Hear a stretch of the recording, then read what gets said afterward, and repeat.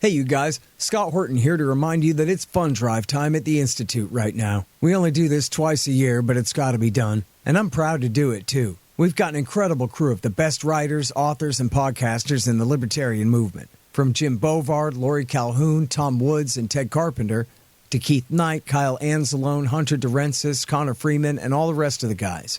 It's the best team around. We've published 3 books this year. Keith Knight's Voluntarist Handbook, Lori Calhoun's Questioning the COVID Company Line, and Joseph Solis Mullins' The Fake China Threat. And here any day now, we will be publishing Thomas E. Wood's Diary of a Psychosis, Jim Bovard's Last Rites, and Keith Knight's latest, Domestic Imperialism. That makes 13 books so far, with more coming in the new year, including my new one, Provoked, How Washington Started the New Cold War with Russia and the Catastrophe in Ukraine, which I know is already overlong and overdue, but I'm working on it, I promise. And which brings me to the point. We don't have a big glass office building in downtown Washington. The money we raise goes straight to payroll and book production costs, and that's about it. The Libertarian Institute is the best bang for your buck in the movement. If you believe in what we're doing, please go to libertarianinstitute.org/donate for details on how you can help keep us going into the new year and the great kickbacks we offer as well. And we thank you for your support. For Pacifica Radio, December 7th, 2023, I'm Scott Horton. This is Antiwar Radio.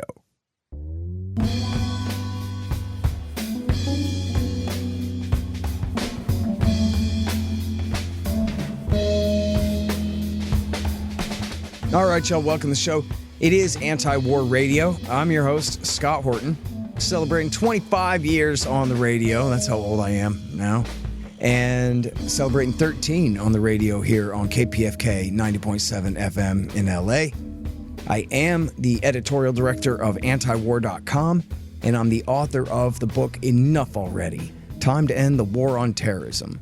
You can find my full interview archive, almost 6,000 of them now, going back to 2003, the very oldest one from 1999. They're at scotthorton.org, and you can sign up for the podcast feed there at all your favorite podcast catchers for all the interviews, not just those that run here on KPFK. All right, so introducing today's guest, it's our good friend and Antiwar.com's news director, Dave DeCamp. Welcome back to the show, Dave. How you doing? I'm good, Scott. Thanks for having me.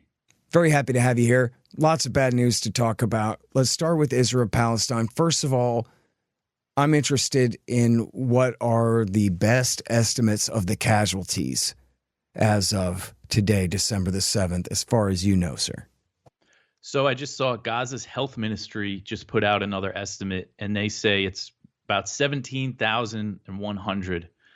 And according to their count, 70% are women and children.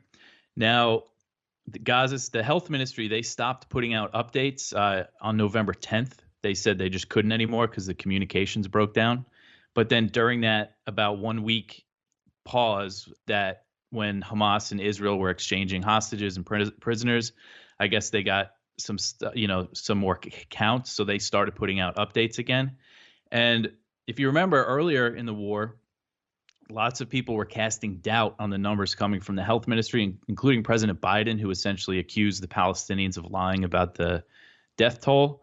But after that, the State Department said, they actually think it's a low estimate. And it is, they say that themselves, the health ministry, because they're not counting all the people that are still under the rubble, which includes children. It includes probably Hamas, fighters that were down in the tunnels that were hit with a bunker buster bomb or something. They're not able to dig those people out. And actually, I just saw Glenn Greenwald tweeted this, but the Times of Israel reported yesterday that Israeli officials have admitted that it's an accurate count from the health ministry. So 17,000, and again, that seems to be a low estimate. I think it's safe to say the death toll is over 20,000. All right, it's Anti-War Radio. Scott Horton talking with Dave DeCamp.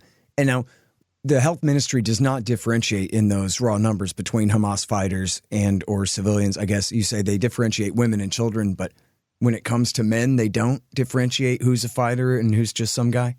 Yeah, no, they don't. So that's why, the conservative estimate of civilian casualties is basically 70% of their death toll. And they, I believe the number of children now is around 7,000, which is just horrific. Yeah. All right. Well, and is there any kind of independent reporting? I know there was one thing in Israeli media where they were saying they thought they'd killed 20,000 people, almost all of them fighters. So you could throw that out. But is there any kind of estimate from any credible source about how many Hamas fighters have died in this thing? It would really be a shame if they just helped get all of these innocent civilians killed without getting a hair touched on their heads hiding deep underground. Mm-hmm. Well, I saw The Guardian recently reported that Israel estimated they killed between 1,000 and 2,000 Hamas guys, and that was last week. Another count from Financial Times was 5,000, but again, these are just estimates from Israeli officials speaking to the media, so we really don't know. And if I'm sure you read that recent report in 972 magazine, which is an I was just going to ask you about that. Yeah, Go ahead. I mean, the important thing there, I mean, there's so much to that report.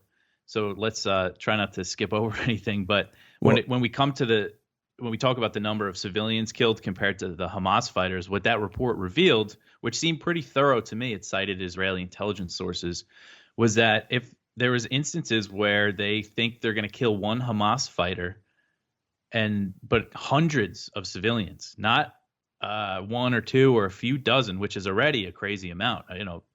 How can you justify killing a few dozen people to kill one Hamas guy?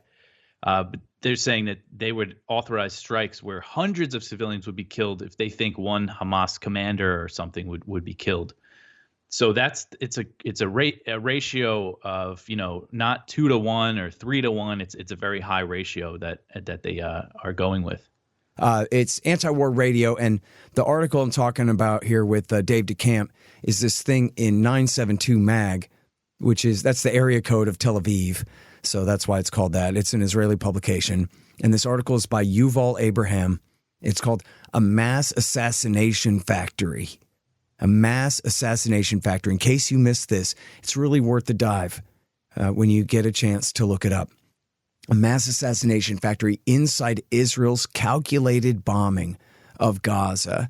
And I dare say that there is a Guardian article that is a pretty good companion piece that goes along with it called The Gospel, How Israel Uses AI to Select Bombing Targets in Gaza.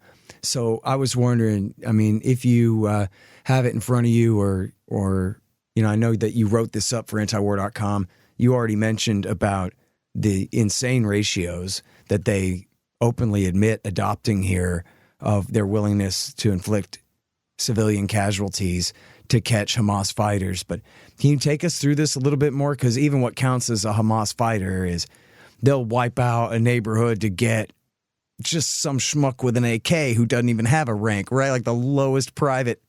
They'll kill his whole family, this kind of thing. Yeah, I mean, the report said, if they want to destroy, say, a high-rise building, they could basically find an excuse, find somebody that lives there or some office floor that's tied to Hamas to justify destroying the whole building. And they call these, when they target high-rise buildings or other like public buildings, they mention universities, banks, things like that. They call them power targets. And what these Israeli officials said was the purpose of destroying these power targets was to put pressure on Palestinian civil society to put pressure on Hamas. That's what they say the strategy is, and they're intentionally damaging civilian areas. That's what all these officials quoted in this report said. And it's, again, basically, if they want to destroy a building, they'll find a reason to do it. And it sounds like a terror campaign to me. And then the other type of target that they discussed were personal homes of Hamas members.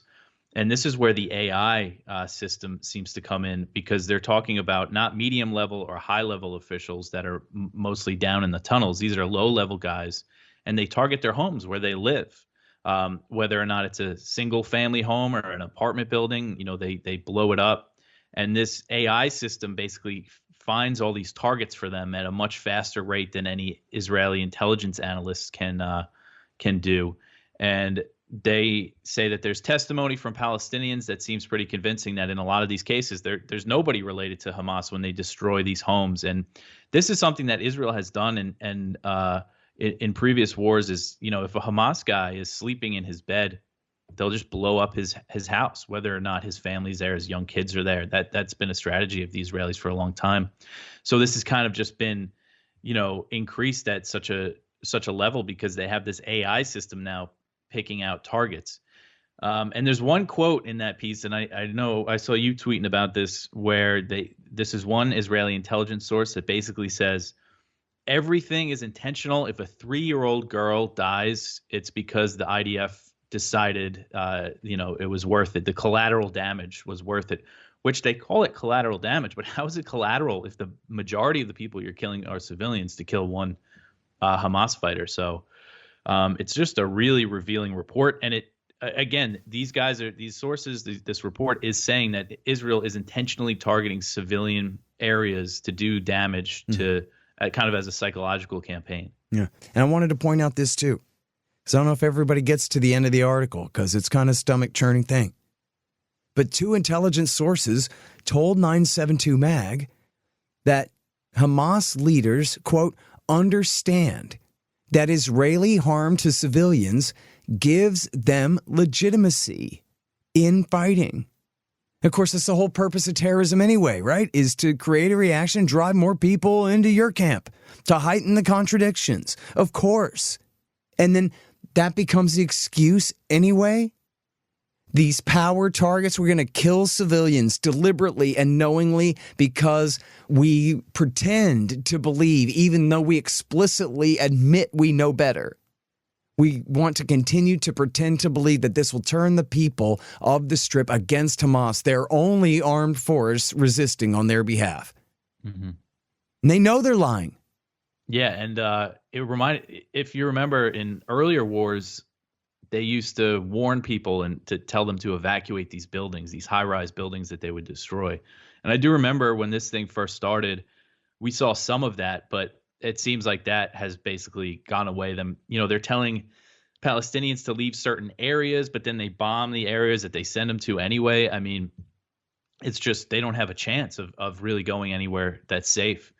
And I believe it was in 2021 when Israel knocked down this tower in Gaza that had an Al Jazeera office, an Associated Press office, Middle East Eye office, big media office. And they claimed some kind of Hamas office was there as well. And they took down this building. This report said that that building was a power target. So the purpose was to just destroy it. It wasn't because there was a real Hamas presence there.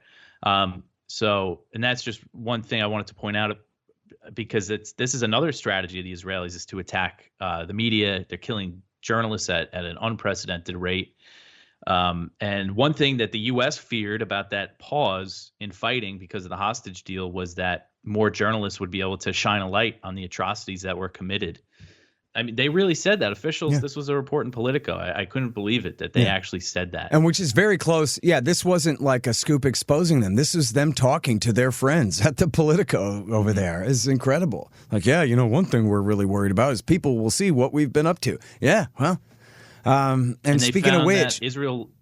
Good. I was just going to say they found that Israel left. There was 4 babies left at a hospital in Gaza, and the hospital director, the nurses, Doctors Without Borders, all told the Israeli military, told the media when they left these babies behind that were hooked up to incubators, and then they were found decomposing when during that pause. And this has been confirmed by the Washington Post now, and the State Department was asked about it, and they just left these babies to die. I mean, that's how horrific. Yeah, they forced those doctors to leave, to be clear. Those doctors had no choice but to leave, but they said, listen, there's babies in here, so in other words, bring in a military doctor to care for these babies, and then they just didn't.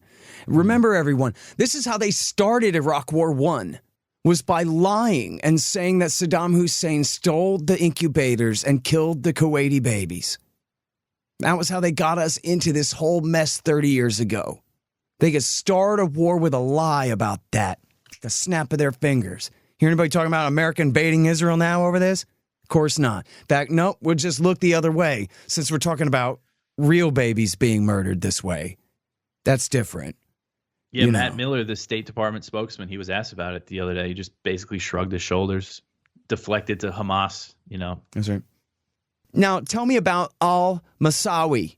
This area, they say, is the size of LAX airport where the entire civilian population of the Gaza Strip is supposed to go. Dave DeCamp. Yeah, so this is in the southwest of the Gaza Strip, and apparently Israel's telling all the Palestinians in Gaza to pack in there. Over 1 million people, up to 1.8 million people. And now this morning, I just saw Israel's claiming Hamas is firing rockets from there. So, there's the pretext for it to be a target. And if you're Palestinian, well, and it's just a wasteland too, by the way. It's just, there's nothing there. It's just dirt, sand and nothing. No flat ground to even build your tent city on at all. Yeah. And I mean, if you're a Palestinian, would you want to go be rounded up in this little area? Would you trust Israel that isn't going to just bomb you? I mean, it's just, I can't imagine what is going through their minds on the ground. Yeah. Sorry, hang on just 1 second. Hey, y'all, Scott Horton here for Tennessee Hot Sauce Company. Man, this stuff is so good. They got all different flavors. Garlic habanero, honey habanero, pineapple habanero, poblano jalapeno, and the blood orange ghost. They're all so good, I swear. And for a limited time, Tennessee Hot Sauce Company is featuring official Scott Horton Hotter Than the Sun thermonuclear hot sauce. It's full of Carolina Reapers, scorpion peppers, Dr. Pepper, hydrogen isotopes, and all kinds of things that'll burn your tongue clean off. Seriously, it's really good. Get yourself a hot sauce subscription. Spend $40 or more and use promo code SCOTT to get a free bottle of Hotter Than the Sun hot sauce. That's tnhotsauceco.com. Hey, y'all got to check out these awesome busts of our hero, the great Ron Paul. They're made by the renowned sculptor Rick Casali. They're 13 inches tall, hand-painted bronze resin based on Casali's brilliant original. Y'all may have seen mine in the background on my bookshelf in some recent interviews. The thing is unbelievable. Check out this incredible piece of art at rickcasali.com/Ron Paul, and you'll see what I mean. Use promo code Horton and you'll save $25, and this show will get a little kickback too. That's rickcasali.com/Ron Paul. Casali is Casali. rickcasali.com/Ron Paul. And there's free shipping too. All right. There's so much on this subject. We have to talk about, there's these two reports in Haaretz. One about how, man, they could have prevented this thing. Oh, my God. And this goes with another story from the New York Times a few days before, Dave, about how they had the full plan. And this is Ronan Bergman, the author of Rise and Kill First, in the New York Times. They had Hamas's plan on paper, not the date of when they were going to do it, but the entire plan of what they were going to do. Now Haaretz follows up and says they met the night before. They knew the attack was going to happen and they did nothing. They did nothing to prevent the rave. And then on top of that, another Haaretz piece where they debunk all of the most lurid accusations of atrocities, which is terrible because they did commit atrocities and kill innocent men, women, and children. Hamas did on October the 7th. But the Israelis spun all these crazy yarns that their media now is completely debunking. So let me be quiet and have you explain, please, sir. Well, yeah, when it comes to kind of the atrocity propaganda, these are like the babies being beheaded, women having fetuses cut out of their bellies. Really horrific stuff. They're saying, there was mass rapes, and I'm not sure of what the evidence of when it comes to the sexual violence and stuff. But they're claiming it was at this huge scale. And this Haaretz article basically debunked so like you said, some of the most lurid tales about the babies being beheaded and all that. And now you basically see the strategy that's happening right now is they keep bringing this up and making these accusations about all these atrocities and horrors that Hamas committed on October 7th, kind of to distract us from what's happening in Gaza right now. It's a very, I think, powerful propaganda tool. Like you just make the conversation about something else. Well, it's so cynical. They killed one baby. And look, to kill one baby is to kill 1,000. Like, fine, I believe in that. Like, I'm not going to apologize for that. But that's a lot different than they killed 40 babies. They hung them from a clothesline and they cut all their heads off. And this crazy stuff that bin Laden himself wouldn't do, but that's what happened. But then, nope, that didn't happen at all. They cut the woman's belly open and stole and killed the fetus. And no, dude, completely made up. it was a huge deal. We're like, how dare you deny any of these things? And then it turns out that none of them were really right, you know, other than just the mass murder part. Yeah, and it was repeated by President Biden, the beheaded babies thing. You know, that's how far this thing got up, and then the White House walked it back. But how many people saw the White House retraction? You know, this is the president on TV saying this. And the same thing, too, with the friendly fire. And look, I think I should be clear about this. I think some people are Palestinian side are willing to extrapolate out and say, oh, well, so all of the atrocities or almost all of them were made up or something. I don't think that's really right. And then also, Dave, when it comes to these stories of the friendly fire, some of that, obviously, I want you to describe as much as you know about that, but it seems like people kind of glom onto that a little bit and make it sound like, geez, Hamas maybe really only targeted fighters here. And that's really not right. And nobody needs to play down the extent of what Hamas did, while at the very same time not playing down the extent of the Israeli regime's cynical exaggerations or the extent of the actual friendly fire that took place, including, isn't it right, that sort of the poster child, this little girl that was killed, that they really used as propaganda, she was killed by an Israeli tank round, not by Hamas at all, as we now know, right? Yeah, so that was reported by Max Blumenthal, and he's just citing Israeli media, interviews with eyewitnesses, with one woman that was there. She said that this little girl was killed by Israeli tank fire. She was taken out of the house by a Hamas guy who wanted to surrender. And then there was still Israeli hostages in the house with the remaining Hamas people that were there. And then Israel they unloaded, tank fire on this house and basically killed. I'm not sure if they killed all the Israelis that were in there, but most of them. And I'm not sure to what extent the Israelis were responsible for civilian deaths, like at what scale, but there's certainly a lot of evidence that there was also Haaretz reported that when Israeli helicopters finally responded to the Nova Music Festival, which according to the other Haaretz report was after 9 hours. And I mean, that report is really something, basically saying the night before Israeli officials met about this threat of a Hamas attack, nobody told this music festival that was approved by the Israeli army, that was actually approved to be extended one more day into Saturday earlier in the week. It wasn't even supposed to be held that day. But so when helicopters arrived, according to Haaretz, they hit some Israelis as well. You see these pictures of burned bodies, Israeli bodies that they're saying Hamas was responsible for, and you have to wonder how could they have burned them like that? So there's kind of a lot of questions about that day, and it's more and more slowly coming out. It's really just crazy to think about how they would take whatever actually happened and add all these lies on top. Because as useful as that is for public relations for Israel, of course, that's also what they're telling the families of these victims. That your mom or your sister wasn't just killed, shot, but was brutally raped and tortured and et cetera, this whole giant thing. And these families are being made to suffer through believing in these, embellished tales just so that the government can get away with killing more people in Palestine. Man, it's the depth of cynicism. It's the, Dick Cheney levels of hatred for their own people on demonstration there. Completely destroys their credibility. So the people that finding out about all these lies that Israel told about that day are now more inclined to say, oh, I guess, it was all fake. Hamas didn't kill any civilians.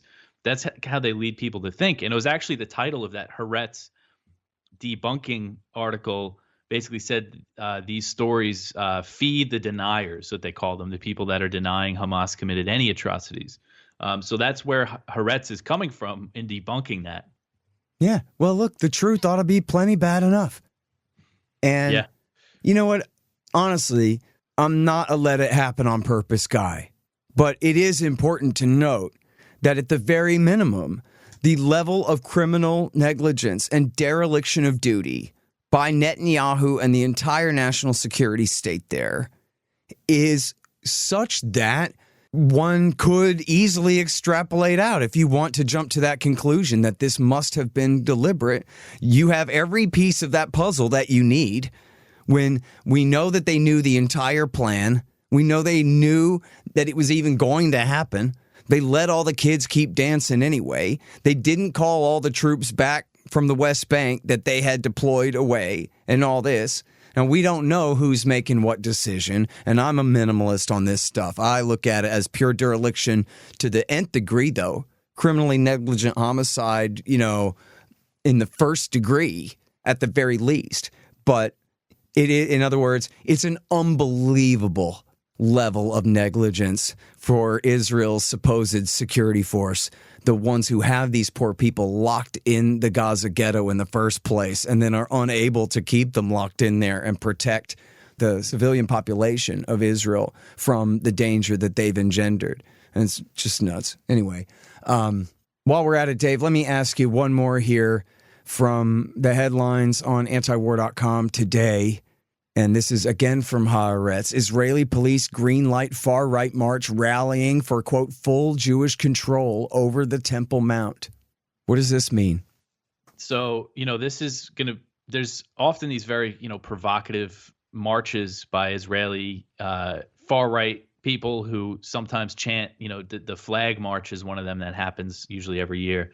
And they go around chanting death to Arabs and things like that. And this one that has been approved now by the Israeli authorities could really set something off in East Jerusalem and the West Bank, because this is the Al-Aqsa Mosque, the Temple Mount. It's always been a sensitive area since Israel was founded, and this is what Hamas says they're responding to. They called their operation on October 7th Al-Aqsa Flood. They said they started planning it in 2021 after Israeli forces stormed the Al-Aqsa Mosque and tear gassed and beat Muslim worshipers. So this could turn into something. It's 200 people. These are extremists. Could turn violent. It could really set things off. And things are already very tense in the West Bank. The violence has soared there. It was already very high before October 7th, and now even more so. Settlers driving people out of their homes, burning their houses down, threatening to kill them. So this is just another thing that could add to the powder keg there. Man. And you know what? On this has got to be deliberate. I don't want to hear nothing about, the police said this or that. Netanyahu's in charge. In fact, I just watched an interview the other day where an American journalist is asking him, man, you're teaming up with these radical right-wing religious kooks in your coalition here. You're going to put this guy in charge of the police. And he says, don't worry, I'm in charge here. I'm the one who calls the shots. I'm King Bibi. Yeah, well, what does that mean then? That they're going to allow this massive provocation on the Temple Mount right now. They're trying to spread the war to the West Bank. They're trying to provoke a full-scale intifada. Right? This is the Israeli state moving a chess piece on the board. This is not just a bunch of religious kooks doing what they want. They're doing it, as the headline says, with permission from the state, as directed by the state to do this. And at the same time, another headline from today is they're threatening Hezbollah more when the tit-for-tat strikes on the northern border had calmed down previously, right, Dave, or not? Mm. Yeah, they did during the truce in Gaza, and it doesn't seem like there's been more recently. It doesn't seem like it was at the level that it was, but now you have Gallant, the Israeli defense minister, saying we got to push Hezbollah back from the border. If we can't do it diplomatically, we're going to use military force. And he's previously, threatened a major war in Lebanon, saying that they could turn Beirut into Gaza. And the U.S. is worried that Israel was trying to provoke Hezbollah for an excuse as a pretext for war. So it looks like they are looking to expand the war even more. Man. And you know what? Let's cram this in at the very end here. Give us an update, Dave DeCamp from Antiwar.com, if you could please, on the tit-for-tat back and forth between the Americans deployed in Iraq and Syria and the various, I believe, all Shiite militias that they've been fighting. Mm-hmm. So the attacks on U.S. troops have continued. These are generally small rocket attacks on these U.S. bases in Iraq and Syria.